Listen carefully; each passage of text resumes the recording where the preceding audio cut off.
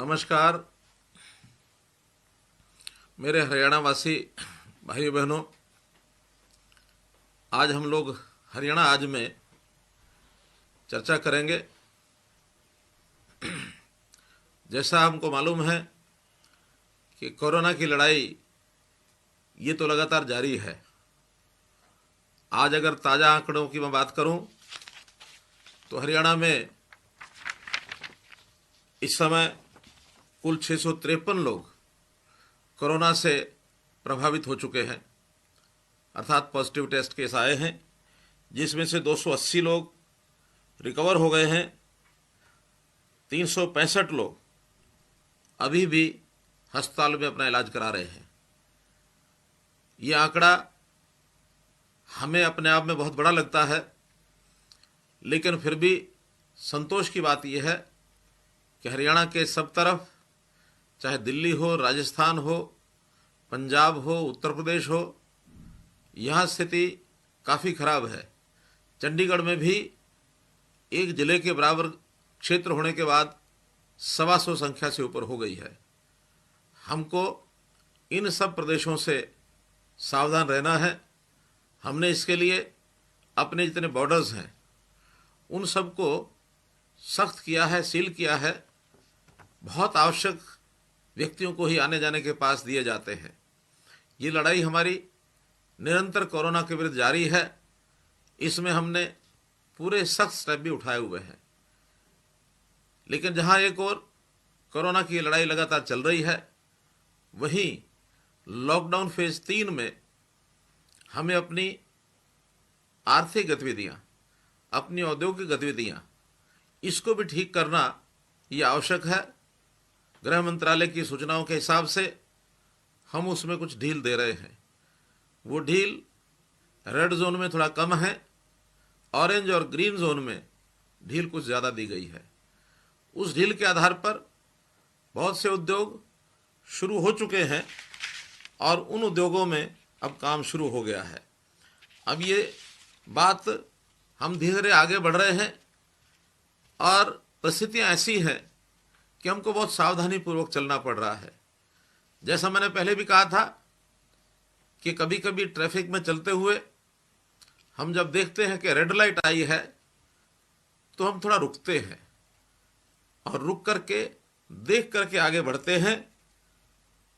तो जैसा green light होने पर आगे बढ़ते हैं, लिखा होता है रुको, देखो और आगे बढ़ो, उसी प्रकार से हम इस सिद्धांत को लेकर के आगे बढ़ रहे हैं। सावधानी पूरी रखनी है। सावधानी हटी दुर्घटना घटी। तो हम सावधानी नहीं हटाएंगे, बल्कि अपने सब काम ठीक से आगे बढ़ाते हुए अपनी आर्थिक गतिविधियों को चलाएंगे। सबसे पहले इसके अंदर हमने एमएसएमई, जो अपना उद्योग है, उसकी ओर ध्यान दिया है। आज भी हरियाणा प्रदेश के 100 से ऊपर प्रतिनिधि, जो ऐसी संस्थाओं के, एसोसिएशंस के पदाधिकारी थे, उनसे हमने बातचीत की और जो कठिनाइयाँ एमएसएमई की सामने आई उनको दूर करने का भी हमने आश्वासन दिया। कुछ चीज़ें हाथों हाथ ठीक की हैं। आखिर हमारा एमएसएमई उद्योग ऐसा है जो हमारी आर्थिक गतिविधियों का एकदम आधार है। अगर मैं इसको कहूँ कि एमएसएमई, भले इसको कहा जाता है कि ये मध्यम, सूक्ष्म और छोटे जो हमारे उद्योग हैं उसका नाम है, जिसको MSME, medium, small and micro enterprise, ये एमएसएमई कहा जाता है। लेकिन इस एमएसएमई को मैं यदि ये कहूँ कि हमारा main structure for mobile economy, ये इस प्रकार की संज्ञा देना मुझे उचित लगता है। तो एमएसएमई को हर दृष्टि से आगे बढ़ाने का काम हम कर रहे हैं। इसके अंदर बहुत से हमारे मजदूर भाई वो भी काम में लगे हैं। हमें पिछले दिनों में जैसा जानकारी है कि हरियाणा से बहुत से मजदूरों का पलायन होना शुरू हुआ। जब से एमएसएमई को शुरू करने की हमने बात कही, तब से ये संख्या कम होने लगी और हमारा उद्योग शुरू होने लगा। लोगों ने पलायन करने की जो बात थी उसको कम करना शुरू किया है और अब इस समय श्रमिक और हमारा एमएसएमई का उद्योगपति ये मिल करके काम को आगे बढ़ा रहे हैं अब इस समय तक लगभग 13 लाख कर्मचारी ये अपने काम में लग गए हैं। अभी 24 लाख कर्मचारी कुल हैं, आधे से अधिक हमने पार किया है। और मुझे विश्वास है कि हमारे जो ये मजदूर बंधु हैं ये इसके अंदर रुकेंगे और आगे बढ़ने से अपने अपने गांव में जाने का जो इनका एक मन बना था उसमें से वो रुक जाएंगे और जाएंगे नहीं। फिर भी जो बंधु अपने अपने घरों को जाना चाहेंगे उन सबको हम भेज करके उनको भेजने की व्यवस्था भी हम करेंगे। हमने इसके लिए रेलगाड़ी से भेजने का भी प्रबंध किया है, बसों से भेजने का प्रबंध किया है।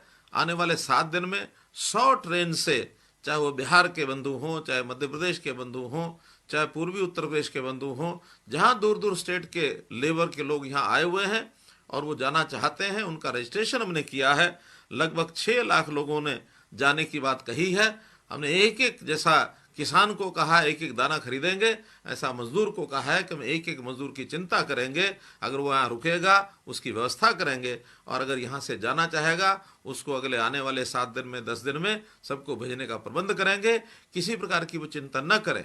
जब तक उनके घर जाने की बारी नहीं आती है, हमारे रिलीफ कैंप्स में रुकें और हम उनको भोजन की व्यवस्था, उनके रहने की व्यवस्था समुचित हम प्रबंध करेंगे। इसलिए मैं अपने श्रमिकों बंधुओं से कहूँगा कि वो लोग इसकी चिंता न करें। एक चुनौती है, इस चुनौती को हम सब मिलकर के स्वीकार कर रहे हैं, इसको हम आगे बढ़ा रहे हैं। इसके लिए किसी प्रकार की भी चिंता न करें। जरूरी बंदोबस्त ये हमने सब इसके किए हैं ताकि सरकार जो है उनको भेजने के लिए वाहन व्यवस्था, और वो भी फ्री जाने की व्यवस्था हमने की है, किसी से कोई पैसा नहीं लिया जा रहा, इसकी भी हम लोग चिंता कर रहे हैं। मित्रों, हमारा ये उद्योग, इसको कैसे फलते फूलते हम आगे बढ़ाना चाहते हैं। ये एमएसएमई के बाद यदि मैं बड़े उद्योग की बात करता हूं तो बहुत बड़ा योगदान हरियाणा के विकास में मारुति सुजुकी का, Honda, Samsung, Escorts group, Lakhani Arman group, Jindal की स्टील इंडस्ट्री और लिबर्टी जैसी ऐसी कंपनियां हैं जो हरियाणा के विकास में बहुत बड़ा एक योगदान कर रही हैं।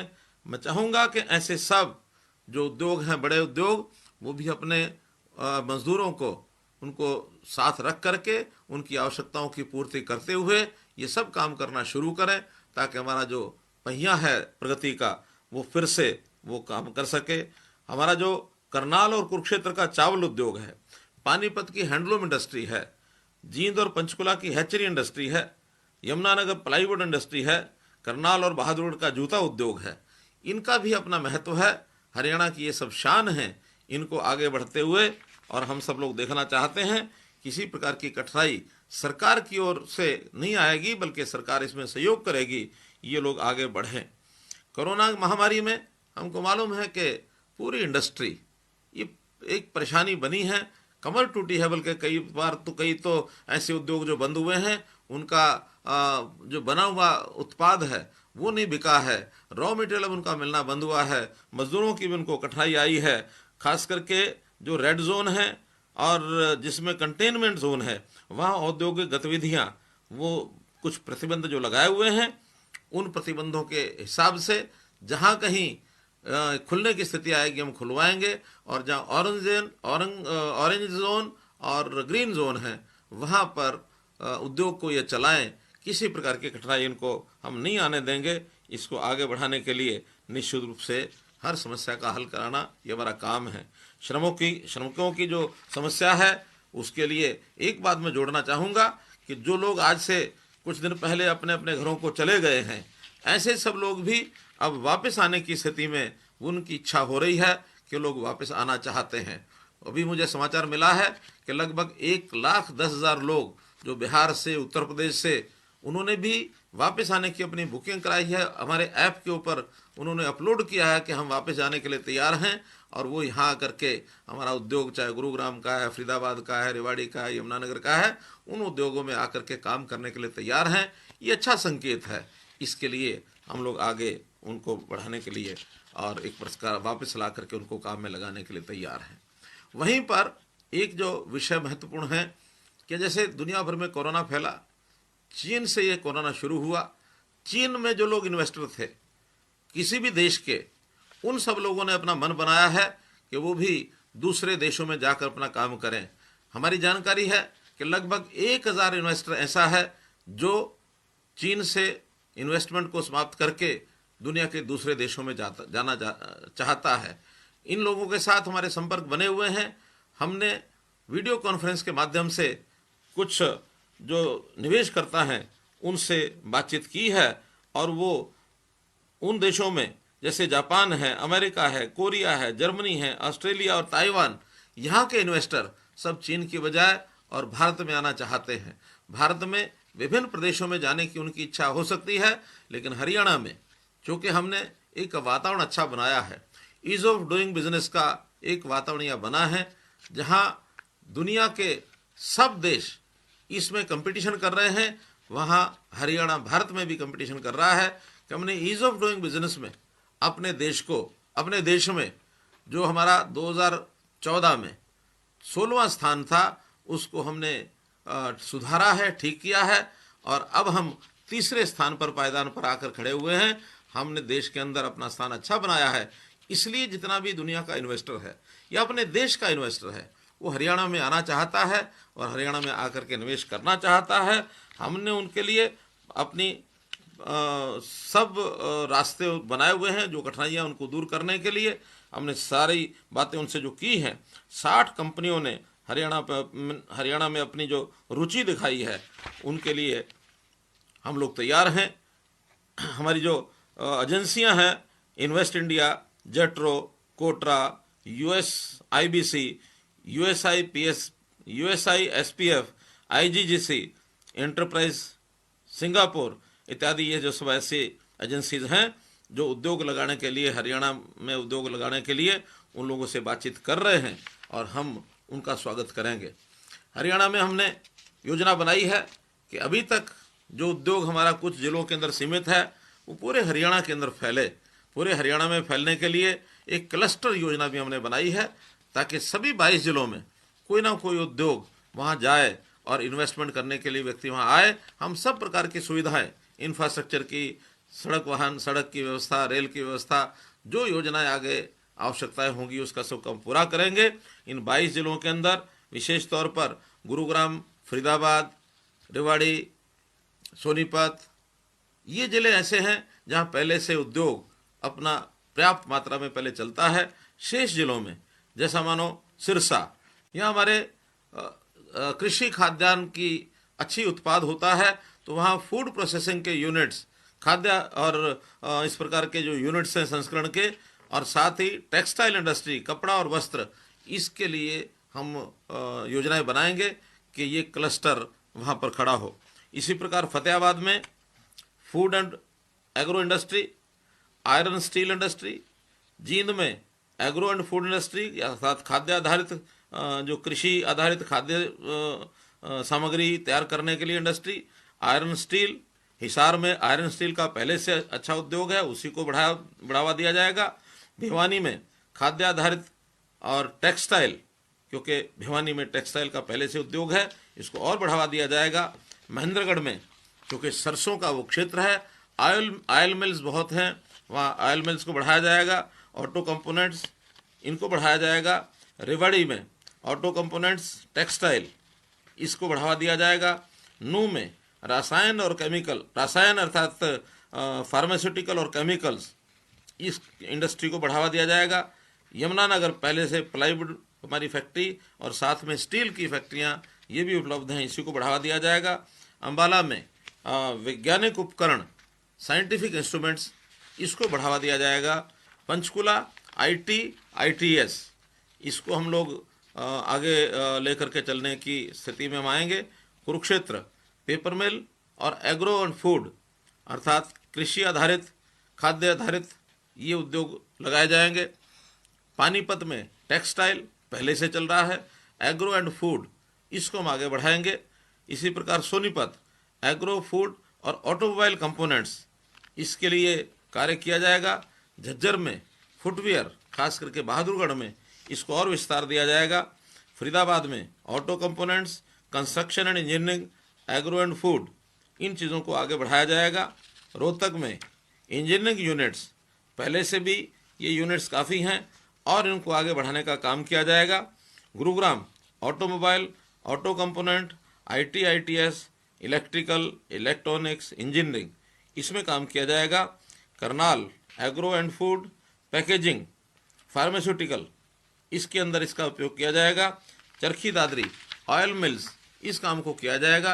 अर्थात 22 के 22 जिलों में क्लस्टर अप्रोच के साथ हम लोग काम करेंगे, ताकि हर जिले के अंदर जो काम करने वाला हमारा कार्यकर्ता है, व्यक्ति है, वर्कर है, मजदूर है, उनको सबको काम में लगाया जाएगा, ताकि बेरोजगारी को हम लोग हटा सकें, दूर कर सकें। इन कामों के लिए हमें अपने वर्कर को, अपने हरियाणा के नागरिक को उस योग्य बनाने के लिए स्किलिंग का काम, स्किल डेवलपमेंट का काम, इसको भी हम कराएंगे। और इसके लिए विशेष बात कि हरियाणा की एकमात्र स्किल डेवलपमेंट यूनिवर्सिटी वो पलवल जिले में हमने यहाँ स्थापित की है। वहाँ हजारों लोगों को स्किलिंग का काम करा करके और विभिन्न प्रकार के उद्योगों में उनको काम मिले, जॉब मिले, इस काम प्रयत्न करेंगे। और साथ ही कुछ सेवाएं, सर्विसेज, इसके लिए भी छोटे बड़े कोर्स वहाँ शुरू कराए जा रहे हैं, ताकि वो लोग अपने रोजगार के लिए आगे बढ़ सकें। इनको भी इसमें काम दिलाया जाएगा। हमने इन सारे कामों को शुरू करने के लिए बहुत सी रियायतें भी उद्योग को दी हैं। इसका भी कुछ वर्णन मैं करना चाहूँगा कि ये रियायतें पावर डिपार्टमेंट अर्थात बिजली की रियायतें, जिसके अंदर उद्योग को अभी कोरोना के कारण से, कुछ मंदी के कारण से उनका उद्योग बंद रहा है, तो उनकी मांग भी है, हमने इसकी घोषणा की है कि उद्योग के जो फिक्स्ड चार्जेस हैं, जो उनके लिए स्थायी जो खर्च है, उसको कम करने के लिए ऐसे उद्योग जिनके बिल मार्च, अप्रैल और इसमें अब एक महीना आज से और जोड़ा जा रहा है, वो मई, तो अब मार्च, अप्रैल और मई तीनों महीने में जिनका जनवरी और फरवरी के एवरेज बिल से आधा बिल आया है, आधे से कम आया है, ऐसे लोगों को जो इनका फिक्स चार्ज है उसमें 25% की एक वर्ष का छूट दी जाती है, और बाकी 75% का जो खर्च है जुलाई से लेकर दिसंबर तक 6 बराबर किस्तों के अंदर इनसे लिया जाएगा, ताकि इनके ऊपर अभी इस समय ये वजन न पड़े। इसका भी हम लोगों ने चिंता की है। साथ ही ऐसे सब उद्योग, इनको प्रति वर्कर के हिसाब से 20,000 रुपया उनकी सैलरी को अच्छे से भुगतान करने के लिए बैंक से लोन दिलवाने के लिए बात की गई है। इस लोन का कोई कोलेटरल उनको नहीं देना है, कोई गारंटी नहीं देनी है। गारंटी की किसी प्रकार का कोई प्रावधान यदि आएगा, उसकी चिंता प्रदेश सरकार करेगी। तो इसलिए इनको आसानी से 20,000 रुपया प्रति वर्कर का लोन, और इसका 6 महीने तक का इंटरेस्ट, ब्याज, ये हरियाणा सरकार अपनी ओर से देगी, जो लगभग 250 करोड़ रुपया इसका खर्च आने वाला है। ये हमने ऐसे सब उद्योगों के लिए ये सब किया है। कुछ लेबर लॉज, इसके अंदर छूट देने की बात कही गई है, कुछ प्रदेशों ने छूट दी भी है। उल्लेख करना चाहूँगा कि जिन प्रदेशों ने अब जो छूट दी है, हमारे यहाँ बहुत से कानून जो अभी दूसरे प्रदेशों में लागू थे, हमने 2017 में ही उनमें सुधार कर लिया था। फिर भी बाकी सब प्रदेशों के लेबर लॉज को देखते हुए हमें भी अगर किसी लॉ में, किसी कानून में, किसी पॉलिसी में बदलाव करने की आवश्यकता होगी, तो हम आने वाले 7 दिन के अंदर अंदर ये सारे लॉज, इनको भी ठीक किया जाएगा। इसलिए न उसमें मजदूर को कोई कठिनाई हो, न उसमें किसी उद्योगपति को कठिनाई ना हो, तो इसलिए हम उस काम को भी आसानी से करेंगे। बिजली विभाग ने ही निर्णय लिया है कि जो उनके 2 महीने का एक एसीडी डिपॉजिट होता है, उस डिपॉजिट का जो ब्याज है, इंटरेस्ट है, वो इंटरेस्ट उपभोक्ता को मिलना ही चाहिए। इसलिए इस महीने में उनका जो ब्याज है उसको बिलों के अंदर एडजस्ट कर दिया जाएगा, ताकि बिल भुगतान की जो उनकी कठिनाई है उसके अंदर उनको लाभ मिल सके। एग्रो इंडस्ट्रीज ऐसी जो 20 किलोवाट तक के जिनके कनेक्शन हैं, उनको अभी तक का जो चार्जेस हैं वो लगभग 7.5 रुपये, 8 रुपये के हिसाब से दिया जाता रहा है। अब उनके चार्जेस 1 अप्रैल से 4 रुपये 75 पैसे की दर से लागू किए जाएंगे। ये हमारी बजट के समय की घोषणा है। हमने उसको लागू करने के लिए निर्देश देने की, जो डायरेक्शन देने की बात कह दी है डिपार्टमेंट को, कि वो 4 रुपये 75 पैसे का चार्जेस यही 1 अप्रैल के बाद के बिलों में वो लागू करेंगे। इसी प्रकार HSIDC जिन्होंने औद्योगिक क्षेत्र के अंदर अपने प्लॉट लोगों को दिए हैं, आवंटित किए हुए हैं, इनके कुछ डिस्प्यूट्स, कुछ इनके विवाद जो चल रहे हैं, इसके लिए अलग से एक रिड्रेसल मैकेनिज्म बनाया जाएगा ताकि जल्दी से जल्दी वो विवाद निपटे और स्मूथली वो लोग अपने काम को वो कर सकें। एक मांग जो आज ही उठी है कि जो औद्योगिक इकाइयां हैं, क्योंकि अब मजदूरों को आना जाना, यातायात करना ये कठिनाई होगी, तो अपने स्थान पर उसी यानी उद्योग के परिसर में ही वो लोग रुकें, तो उनके लिए रहने के लिए क्वार्टर्स की व्यवस्था, इसकी अनुमति भी उनको दी जाएगी ताकि इन सीटू रह करके अपने उद्योग को ये लोग चला सकें।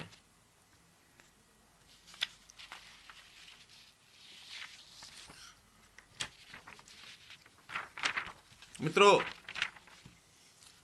मुझे तो कुल मिलाकर के ये कहना है कि जब भी कोई चुनौती आती है, उस चुनौती के समय ऐसा भी कई बार आभास होता है कि कुछ अवसर भी आते हैं, कुछ अपॉर्चुनिटीज भी होती हैं। तो कोरोना की इस चुनौती को हमको एक अवसर के रूप में लेना चाहिए कि इस घड़ी में हमें जो नए नए आयाम सामने खुलेंगे, उन आयाम के लिए भी अपने आप को तैयार करना चाहिए। उदाहरण के लिए जैसे अभी जो सामूहिक यातायात की व्यवस्था है, पब्लिक सेक्टर की जो व्हीकल्स हैं जो हम ट्रैवल करते हैं, तो पब्लिक ट्रांसपोर्ट उसकी बजाय अब लोग क्योंकि सोशल डिस्टेंसिंग बनाकर रखना है, तो 2 व्हीलर्स या छोटी गाड़ियां इस पर चलना पसंद करेंगे, क्योंकि हमारा लाइफस्टाइल चेंज हो जाएगा। तो जब लाइफस्टाइल चेंज होगा तो इस प्रकार के बदलाव भी आएंगे। मेरा ऐसे जो उद्योगपति हैं उनसे निवेदन है कि वो छोटे यानी इस प्रकार के वाहनों के लिए, 2 पहिया के लिए, 4 पहिया के लिए अपनी कमर कसें और आगे आने वाले समय में निश्चित रूप से इसका हमें लाभ होने वाला है, इस ओर वो आगे बढ़ें। हम लोग सब, चूँकि संकट बड़ा है, इस बड़े संकट में हमारा पूरा प्रदेश की पूरी जनता, मेरा उनसे आह्वान है कि इसमें से निकलने के लिए सब लोग इसमें सोचें, सब लोग विचार करें, एक दिशा में चलें और एक परिवार की भावना से हम लोग इसको आगे बढ़ाएं। चाहे वो उद्योगपति है, चाहे व्यापारी है, चाहे हमारा कर्मचारी है, किसान है, मजदूर है, हर व्यक्ति को सोचना चाहिए कि मुझे इस कोरोना की मुक्ति से अपने प्रदेश को यानी एक प्रकार से सहयोग करना है और इससे मुक्ति पानी है। हर एक व्यक्ति उस ओर काम करे और जहाँ कहीं समाज में हम आपस में एक भाईचारे के नाते एक दूसरे का सहयोग सहायता करने की बात आए, तो आज सारे बंधन वैसे न रखें केवल लेन देन के लिए। लेन देन की व्यवस्था में तो कौन क्या काम करता है उसके बदले में कुछ मिलता है, लेकिन आज काम भी करना है, जिसकी सहयोग की जिसकी ज़रूरत है उसकी सहयोग भी करना है, सहायता भी करनी है। अगर मैं केवल उद्योग की बात करूं तो उद्योग को भी उद्योगपति और उसका मजदूर और साथ में सरकार, हम एक परिवार के नाते काम करेंगे और जो भी हमारा नागरिक हरियाणा का है उसको कैसे सबको ज़्यादा से ज़्यादा रोजगार मिले, बेरोजगार कोई भी ना रहे। क्योंकि इस नए अवसर के समय जैसा बाहर के प्रदेशों के मजदूरों की संख्या यहाँ कम हुई है, तो हमारे प्रदेश के अपने लोगों को भी अगर रोजगार मिलता है, उसमें बेरोजगारी खत्म होती है, तो उनको अपने आप को तैयार भी करना है, उनकी स्किलिंग भी होनी चाहिए, उनको अपने आप को आगे बढ़ाने के लिए जो अवसर मिले उसको खोना नहीं चाहिए। और हम मिल करके कोरोना को भी ख़त्म करेंगे, उद्योग भी चलाएंगे और अपने हरियाणा को एक समृद्ध हरियाणा को बनाने के लिए काम करेंगे। यही आपके सामने मेरी अपील। बहुत बहुत धन्यवाद, बहुत बहुत आभार।